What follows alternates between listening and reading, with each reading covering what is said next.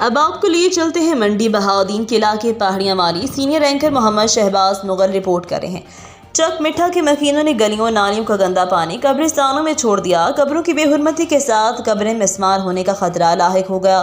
अवामी और समाजी हलकों का असिस्टेंट कमिश्नर भालिया चौधरी इरफान अहमद हिजराल से इस्लाह अहवाल का मुतालबा। पहाड़ियां वाली के नवाही चक मिठा में कुछ अरसा कबल नालियों के पानी का खराज एक खाल के जरिए खेतों में होता रहा। जैसे ही इस खाल को किसी तनाज़े की वजह से बंद कर दिया तो गांव की नालियों के गंदे पानी ने करीबी कब्रिस्तान का रुख कर लिया, जिसकी वजह से न सिर्फ शहरी खामोशा की बेहुरमती के साथ साथ अहले दह को अपने प्यारों की कब्रों के मिस्मार होने का खतरा भी लाहिक हो गया है।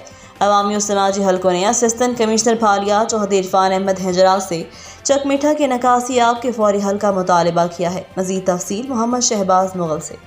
पहाड़ियां वाली के नवाही गांव चक मिठा में कुछ अर्सा कबल नालियों के पानी का अखराज एक खाल के जरिए खेतों में होता रहा और जैसे ही इस खाल को किसी तनाज़े की वजह से बंद कर दिया गया तो गांव के नालियों के गंदे पानी ने करीबी कब्रिस्तान का रुख कर लिया, जिसकी वजह से न सिर्फ शहर खामोशा की बेरहमती के साथ साथ अहले दया को अपने प्यारों की कब्रों के मिस्मार होने का खतरा भी लाक हो गया।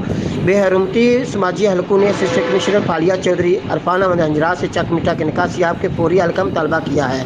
कैमरा टीम के साथ शहबाज मुगल, रेडियो न्यूज़ पहाड़ियां वाली।